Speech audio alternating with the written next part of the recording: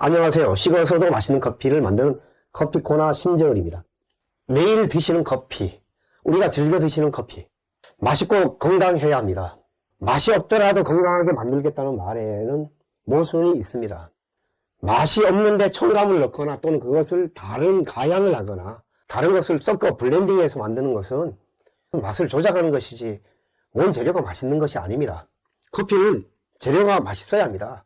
잘 익은 열매를 과육이 얇아서 먹을 수 없기 때문에 과육을 제거하고 씨를 발효 숙성을 시켜서 그린빈으로 생두로 가공을 해서 볶아서 이 볶을 때 천의 향미가 생겨나는데 이 천의 향미는 아주 과일차에 가까운 맛일수록 맛있고 건강합니다. 재료의 맛 나야지, 재료의 맛이 나지 않고 이상한 맛이 나니까 열을 가해서 강하게 볶으니까 그 잡맛들을 제거하는 과정에서 탁해지고 또 심지어 태워서 쓴맛까지 나는 것이죠. 자, 이렇게 맛있는 커피를 원하는 많은 분들이 다른 유해 요소가 없는 것인가 염려하는 분들이 계십니다. 그것에 대표적인 게 바로 커피 농약이죠. 커피에 농약이 잔류하는가? 이것은 건강을 생각하는 많은 분들이 아주 예민하게 생각하는 부분들입니다.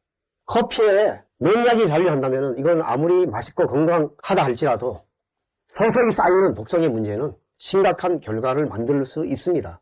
실제 이 커피와 농약은 별개의 영역이지만은 농작물이기 때문에 커피에 이런 농약이 살포되고 이것이 잔류해서 우리의 한 잔의 커피에 남아지는 것은 심각한 문제를 야기할 수 있기 때문에 존재 자체가 있어서는 안 되죠.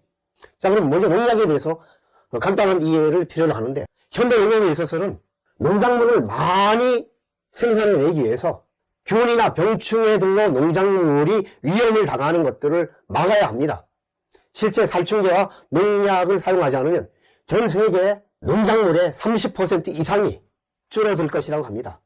3분의 1 가까이 우리들의 먹거리가 사라져 버린다면, 그러지 않아 지금 지구촌의 곳곳에 기아로 말미암아 먹거리의 부족으로 말미암아 어려움을 당하는 나라들은 더 심각해지겠죠. 농약이나 살충제는 해충이나 알이 묻어있는 것을 소독하는 용도로도 사용하고 또 농작물 재배 과정에서 잡초나 병충해들을 효과적으로 제거하기도 합니다.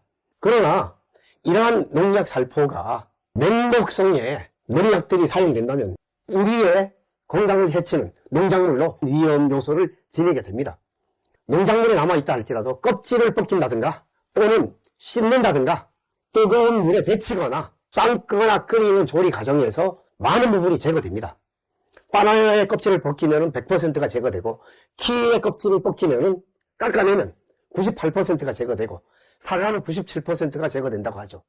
그럼에도 불구하고 작은 부분의 미량이라도 잔류하고 있다면 우리의 건강에는 치명적인 독성의 문제이기 때문에 우리들이 염려하는 이유가 왜 이러한 질문들이나 이러한 염려들이 생기는가 하면 오래된 농약 검출 이야기들이 우리들을 공로로 몰아넣고 있습니다. 2003년도에 브라질산, 콜롬비아산 대부분 보면은 플랜테이션, 대규모 농장들에서 재배되는 커피들이 많은 소출을 만들어내기 위해서 값싼 노동력을 투입시키고 또 농약을 살포하고 이러는 과정에서 실제로 이러한 생두가 미국의 일본의 선진국들에 도착해서 농약이 검출된 예들이 있었습니다. 일본 이화분석센터에서는 DDVP라는 이 맹독성 잔류 농약을 커피 로스팅의 열처리 과정을 통해서 이 농약의 증발이나 사라지는 과정을 연구한 결과까지 내어놓았습니다. 200도에서 한 85%가 사라지더라, 농약 성분이. 그리고 242도에서는 93%가 농약이 희방되더라. 550도의 온도로 로스팅을 했더니 대부분의 농약들이 사라졌다는 것입니다. 하지만은 이러한 연구 결과의 맹점이 무엇인가 보면 200도 이상에 볶아지면 대부분 탄화되고 타버립니다. 거의 습관적이 되는데 이런 어떤 242도, 550도 이러한 온도에서 연구하는 것 자체가 상식 밖의 연구 분석입니다. 그럼에도 불구하고 오죽하면은 이 농약의 해결할 방법을 태우는 실험에서 가정의 결과까지 도출해 되게 됩니다. 이러한 과정을 살펴보면서 웃어 넘기기는 어려운 현실적인 위험 요소가 존재한다는 것을 알 수 있죠. 실제 선진국이나 또는 우리나라에서도 이러한 농약 잔류에 대해서는 이젠 최근 들어서 엄격한 법을 적용합니다. 농약 잔류 호르몬 기준을 PLS 제도를 통해서 2016년 12월부터 일부 품목들에 적용하기 시작했고 2019년도에는 항목이 정해지지 않은 모든 분야에 농약이 0.01ppm 이하로 존재해야 한다는 규정을 적용하고 있습니다. 이 0.01ppm이라는 것은 어느 정도의 양인가 하면 10톤의 트럭에 1g의 농약이 검출되는 것이 허용된다는 것입니다. 10톤의 트럭에 한 스푼, 티스푼 하나 정도의 분량이에요. 0.01ppm은 다시 말하면 이게 어떤 개념인가 하면 농도 1억 분의 1입니다. 일반적인 분석으로는 검출 자체가 불가능한 그런 분량을 이전에 적용하고 있다는 것이에요. 거의 불검출 수준의 농약이 나와야만이 농산물이든 커피든 유통이 가능하다는 것입니다. 이러한 어떤 농약에 관한 엄격한 규정을 함에도 불구하고 소비자들은 잘 믿지를 못합니다. 실제로 우리나라에도 저산지 커피, 로부스타나 또는 질 낮은 커피들이 통관돼 들어올 때 농약이 많이 검출돼서 통관이 거부되거나 또 실제로 그러한 것들이 사용되어서 그것이 유통되어 왔던 폭로되는 예들을 수년 전만 해도 신문지상을 통해서 우리가 확인해 왔기 때문입니다.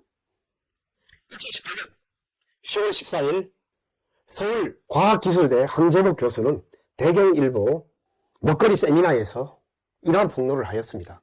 동남아에서 수입되는 저산지 커피 통관되는 과정에 커피 생두 안에 알을 깐 벌레에 유출되면서 1개월, 2개월 통관되는 과정에 벌레들이 생겨서 나오는 것으로 말미암아 통관이 거부되는 사태를 막기 위해서 살충제를 살포하는 경우들을 폭로하였습니다. 이것은 심각하죠. 실제 우리가 괴담과 같은 그런 폭로들을 우리가 자주 접합니다. 미국산이나 또는 여러 나라에서 오는 밀가루나 밀들이 그런 벌레들로 말미암을까봐 그 주변에 살충제를 뿌려서 들어온다는. 실제로 이 커피는 이렇게 벌레가 생기면 안 되니까 살충제, 농약을 살포해서 들어오는 이런 현실적인 그런 폭로들이 신문지상에서 공개되었던 일들이 우리로 말미암아 이런 염려를 갖게 합니다. 생산지에서부터 사용하지 않으면 안 되는가? 그렇다면 대부분 농약과 또는 그 위에서 사용하지 않아 유기농으로 재배를 해야 하는데 실제 이 유기농으로 재배하는 것은 소비자가 부담해야 할 비용이 거의 배에 가까운 돈을 지불해야 한다는 것입니다. 하지만 현실은 싸고 질 좋은 것을 원하는 소비자들에게 불가능한 요구를 일러줄 수 있는 업자들이나 기업들은 존재할 수 없습니다. 유기농 커피냐고 묻는 많은 분들에게 제가 대답합니다. 유기농 커피요? 비싼 돈 2배, 3배 비용을 지불할 그런 생각이 있으세요? 대부분 난색을 표합니다. 싼 걸 원하면서 좋은 걸 원하죠. 유기농은 단순히 유기농이 아닙니다. 유기농을 인증하는 스위스, 미국 이런 선진국들에서 유기농을 인증하는 공인된 기관들이 많은 인증 비용을 요구합니다. 공동무역을 표명하는 한 업자가 어떤 지역에 가서 농약 쓰지 마세요. 우리 한번 이렇게 유기농으로 해봅시다. 때로는 기술 전수도 하고 어떤 단체에서 이렇게 좋은 취지에서 해서 우린 유기농이라고 이야기합니다. 그렇지만은 진짜 정직한 유기농, 공정무역, 제대로 된 기업들이 있는가 하면 그렇지 않은 업체들이 많이 있죠. 유기농을 표방한 그런 인증받지 않은 유기농이 실제로 많이 유통되고 있다는 것입니다. 또 한 가지는 에티오피아나 많은 커피 생산지에서 실제로 농약 살 돈이 없습니다. 농약을 사면은 연료도 많이 수확하고 나무도 잘 자라고 알죠? 비료 살 돈도 없잖아요. 자연스러운 유기농이 이 커피 생산지의 많은 부분이 유기농입니다. 그럼 우리 소비자들이 저에게 유기농 커피를 왜 취급하지 않느냐고 이야기할 때 저는 웃으면서 말합니다. 제가 쓰는 3분의 1 이상이 30% 이상이 유기농이에요. 에티오피아 다 유기농이잖아요. 농약 살 돈, 비료 살 돈 없잖아요. 선진화된 대규모 농장 외에는 대부분 가정에서 커피 5그릇, 10그릇, 20그릇 재배하는 그런 소규모 가정농들은 실제로 농약을 뿌릴 수 없습니다. 어떤 자연 유기농들이 대부분인 현실이죠. 가장 명확한 것은 여러분들이 이 농약을 철저하게 제거할 수 있는 커피의 비율을 커피 생두를 가공하는 과정을 살펴보면 알 수 있습니다. 커피 열매입니다. 앵두 크기, 콩 크기보다 조금 더 크겠죠. 두 쪽의 콩이 서로 마주보고 붙어 있는 이 씨를 감싸고 있는 가육이 아주 얇지만은 가육 안에 생두가 두 개가 보통 이렇게 있습니다. 먼저 이 가육을 제거하고 나면 생두가 두 쪽이 나오는데 이런 한쪽에 겉부분에 이렇게 단단한 막이 하나 빠져 있습니다. 이건 얘가 필요하죠. 과육을 제거하고 또 이 단단한 씨를 제거하고 외가피를 제거하고 나면은 우리가 흔히 말하고 있는 생두 그린빈을 가공해 내게 됩니다. 이 그린빈을 로스팅 하면은 얇은 은피 실버스킬이라는 또 막이 하나 벗겨집니다. 그러면은 커피 생두를 하나 만들어내기 위해서 나무에서 자란 열매에 과육이 붙어 있고 과육을 제거하면 안에 점액질이 싸고 있습니다. 이 점액질 안쪽에 외가피가 붙어 있고 또 외가피를 벗겨냈더니 그린빈 생두를 볶을 때 열에 의해서 이 생두가 그 안에 있는 내부가 끓어서 확장하면서 향미 성분이나 가스 성분들이 확장하면서 은피, 얇은 막을 또 하나 벗겨낸다는 것이죠.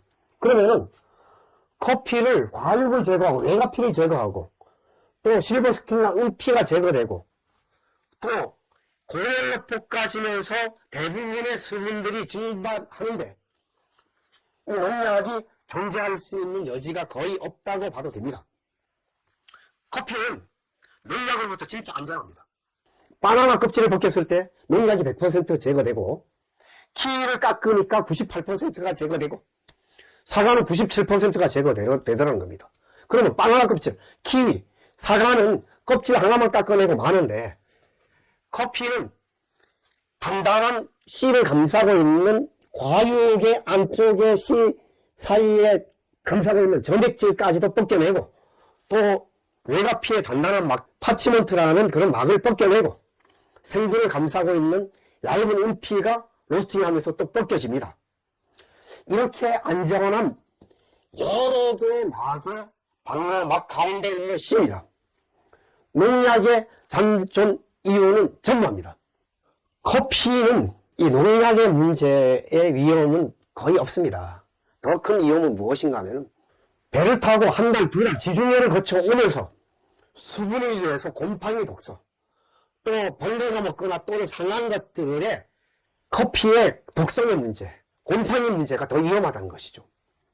엔트로피킨이라는 이 곰팡이 독소는 실제로 2008년도에 국정감사에서 저산지 커피 로부스타는 100% 검출이었습니다. 그리고 아라비카종, 롱드커피도 35%가 검출되었죠. 그만큼 생산되고 난 다음에 생산 현장에 쉽게 말해 로스팅 현장에 도착할 때까지 최소한 6개월에서 1년 걸립니다. 이 사이에 커피가 2차적인 변질의 과정을 겪는다는 것이죠. 가장 큰 것이 바로 곰팡이 독소의 문제입니다. 온클라톡신. 실제로 이런 부분들이 아주 위험하죠. 그래서 저가 생두들은 안에 그냥 담습니다. 조금 더 고급 커피들은 그레인프루라고 파란 비닐 안에 감쌉니다. 그 다음에 더 고급들은 진공 포장으로 현지에서까지 오죠. 최소한 그레인프루라고 질소질 비닐로 포장되어 있는 상업적인 커피 가운데 프리미엄급이나 또는 스페셜티 커피들은 이 정도 포장 단위를 갖추고 들어옵니다. 그렇다 할지라도 생산지에서 수분 조절이 잘 되지 않았다든가 또는 유통 과정에서 손상이 입었다면 농약보다 더 위험한 상한 콩들, 벌레 먹은 콩들, 곰팡이에 오염된 콩들에 대한 위험이 더 클 수 있다는 염려를 갖게 합니다. 그래서 생두를 비용을 더 지불하더라도 고급 생두를 사야 하는데 생두의 질이 낮으면 로스팅에서 역겨운 향기가 많이 나고 변질된 향기가 나니까 강하게 볶아야 하고 심지어 역겨운 향기가 나면 태워서 쓴맛까지 나게끔 커피를 볶게 됩니다. 여러분들에게 저는 커피는 과일차라고 제가 말합니다.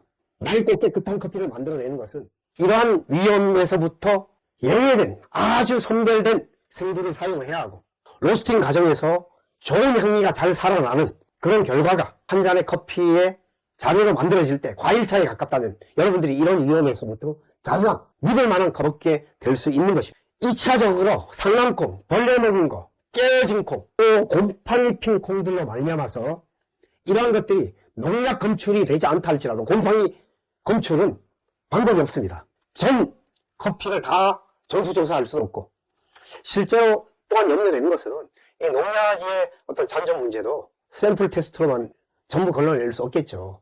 그러한 것까지 염려한다면 우리는 먹거리의 공포로부터 벗어날 수 없습니다. 이제는 우리 정부에서도 2019년 이후부터는 농산물 재배하는 농가들에게도 교육하고 실제로 통관의 문제에서도 철저하게 해준다면 우리 소비자들의 이러한 염려는 사라질 것이라고 생각합니다. 여러분들, 농약의 문제 걱정하지 마시고 좋은 커피, 진짜 과일차 같은 커피, 식어서도 맛있는 커피, 한 잔의 커피 가운데서 열매 색상, 와인 색상에 아니면 짙은 갈색, 검은색의 쓴맛이 나는 커피인지 판단하는 방법이 진짜 커피가 어느 것인가를 판단하는 수준이 가까워지는 또 명료한 결과를 알 수 있는 것이라고 생각합니다. 이제 여러분들이 커피를 드실 때 온도 하나를 깨물어서 드셔보세요. 맛있는 온도라면 우리가 머신으로 추출하든 또는 커피 메이커로 내리든 핸드 드립으로 내리든 동일하게 맛있는 커피가 나와야 합니다. 벌써 깨물어서 뱉어버리고 싶다면 여러분 드시면 안 됩니다. 저질 생두가 사용되었던 로스팅해서 태웠던 어떤 변형을 과정을 거쳐서 재료의 원래의 맛이 존재하지 않는 그러한 커피라면 여러 가지 의욕을 가지고 있는 커피가 될 수밖에 없는 것입니다. 커피는 재료가 과일입니다. 잘 가공된 생두를 사용하고 로스팅해서 역겨운 향이나 변질된 향리로 말미암아 더 강하게 볶아야 하고 심지어 태워서 쓴맛까지 나야 하는 커피라면 대기업이든 세계적인 기업이든 신뢰해서는 안 됩니다. 여러분의 입을 통해서 또 몸을 통해서 우리의 이 대장으로 가서 우리의 모든 면역 체계를 만들어줄 유익균들을 살리는 일을 할 커피들을 먹을 때 여러분들의 건강은 항산화 물질이 가득 차고 간의 독과 활성산소 제거와 심지어 우리의 뇌의 회복까지도 가져다 주는 진짜 커피를 드셔야 합니다. 한 잔을 식어서까지 맛있는 커피를 만날 때 우리의 삶이 풍족해집니다. 진짜 커피 만나세요. 연한 갈색에 묻어서 한 잔에 내리진 커피에서 와인 색상, 열매 색상의 커피. 입안에 넣었을 때 상큼하고 마시고 난 다음에도 물로 헹구고 싶지 않은 깨끗함과 상큼함이 남아있는 그러한 커피를 드시길 권합니다. 도움이 되셨다면 공유와 좋아요 또 구독으로 앞으로도 계속 좋은 영상을 만들 수 있도록 여러분들이 함께 해 주시길 바랍니다. 예, 감사합니다.